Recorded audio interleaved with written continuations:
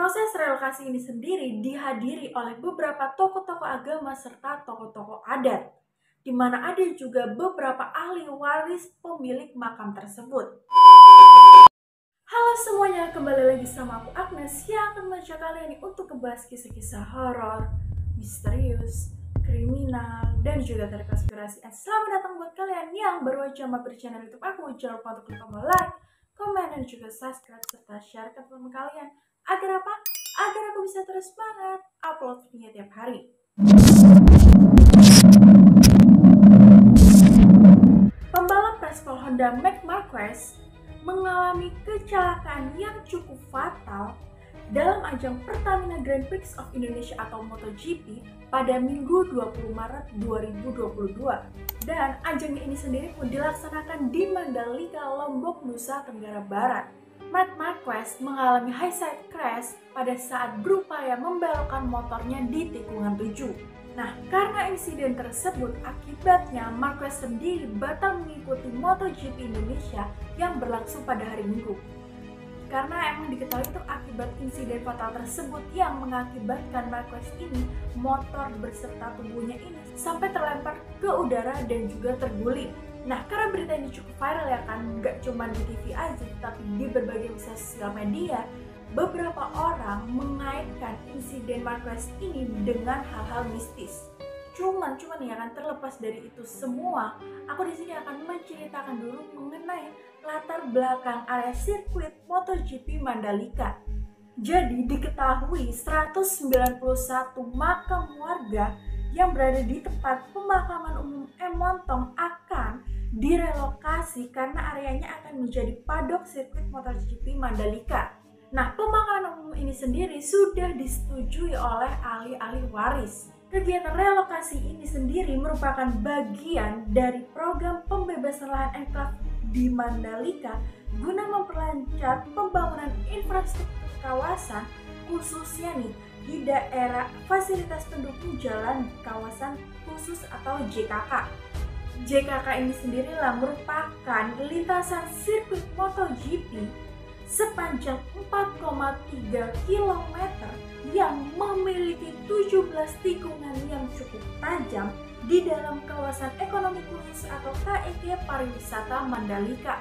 Proses relokasi ini sendiri dihadiri oleh beberapa tokoh-tokoh agama serta tokoh-tokoh adat, di mana ada juga beberapa ahli waris pemilik makam tersebut.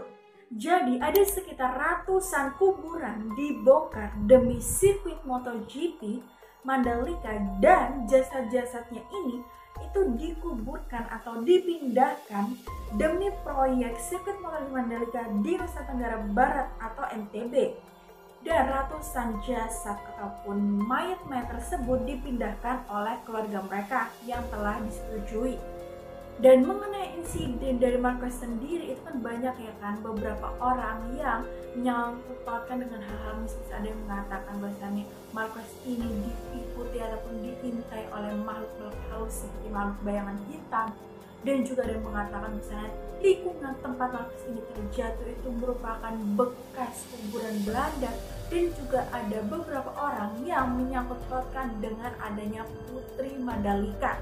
Cuman ya kan, terlepas dari itu semua, ada salah satu legenda yang melekat di masyarakat NTB khususnya, yakni mengenai cerita Putri Mandalika. Jadi setiap tahunnya di bulan Februari hingga Maret di Pantai Kuta Lombok diadakan perayaan, yakni Bau Nyale, atau para masyarakat atau warga sekitar mencari cacing-cacing laut. Nah, perayaan ini sendiri merupakan tradisi suku Sasak, di mana dalam bahasa NTB bahasanya cacing ini yakni nyale. Karena nih ada sebuah kerajaan ataupun istana di dekat area laut, di mana di dalam istana tersebut hiduplah seorang raja dan juga ratu yang memimpin daerah sana. Raja dan juga ratu ini memimpin daerahnya dan juga rakyat-rakyatnya ini secara adil sehingga rakyat ini menjadi hidup tentram, nyaman, dan juga damai. Singkat cerita nih, akhirnya sang ratu ini itu melahirkan seorang putri yang diberi nama Putri Mandalika. Putri Mandalika ini sendiri tumbuh dewasa dengan paras yang sangat cantik dan juga elok, serta memiliki kepemimpinan dan juga kepintaran yang gak kalah jauh dari ayahnya. Karena parasnya yang cantik dan juga dia ini merupakan sosok yang bisa dikatakan kalau zaman sekarang ini sosok wanita-wanita idaman ya kan. Pada masa itu banyak banget nih para lelaki-lelaki ataupun para pangeran-pangeran dari kerajaan-kerajaan seberang yang menginginkan Putri Mandalika ini menjadi permaisuri ataupun menjadi istrinya. Pada saat itu Putri Mandalika ini bingung banget gitu loh, karena banyak banget lelaki-lelaki yang berusaha meminang dirinya. Karena Putri Mandalika ini gak ingin ya kan kalau misalnya dirinya memilih satu lelaki di antara lelaki-lelaki yang ada, pasti lelaki yang lainnya kan akan terjadi percocokan ataupun bahkan peributan yang cukup besar karena merasa gak adil gitu ya kan. Akhirnya pada saat itu setelah rembukan dengan ayah dan juga ibunya ya kan, akhirnya Putri Mandalika ini menyuruh para prajuritnya untuk mengumpulkan para lelaki-lelaki yang berusaha meminang dirinya di daerah pinggir laut. Nah, sesampainya di sana semuanya sudah pada terkumpul. Awal mulanya nih para pria-pria ini pada bingung gitu loh kok dikumpulkan semua di sini ya kan. Dan sempat terjadi kayak percekcokan sedikit antara satu sama lain. Cuman pada saat itu Putri Mandalika ini berusaha menghentikan pembicaraan mereka-mereka yang sedang bercakcok. Dan Putri Mandalika ini mengatakan, intinya itu kayak bilang, saya ini nggak pengen gitu loh bahwasannya terjadi pertumpahan darah atau bahkan terjadi kerisuhan di daerah ini akan, apalagi cuman gara-gara seorang putri, gara-gara memperebutkan seorang putri aja kalian menjadi ribut dan menjadi bertengkar satu sama lain. Yang akhirnya saya memilih untuk nggak memilih siapapun ataupun nggak memilih pria manapun. Nah, para lelaki yang mendengar pernyataan dari sang putri itu menjadi kaget dan juga bingung gitu ya kan. Yang tiba-tiba lagi putri ini itu tuh langsung saat setelah mengatakan kalimat-kalimat tersebut, ya secara tiba-tiba putri ini menjatuhkan dirinya ataupun menjatuhkan badannya ini ke laut. Karena kejadian tersebut, para warga ataupun para lelaki yang ada di sana beserta juga prajurit ya kan, itu tuh langsung kayak refleks kaget dan juga berusaha gitu loh menangkap si putri ini. Namun sayangnya putri ini sudah jatuh ke dalam air laut dan mereka semua ini berusaha mencari keberadaan sang putri.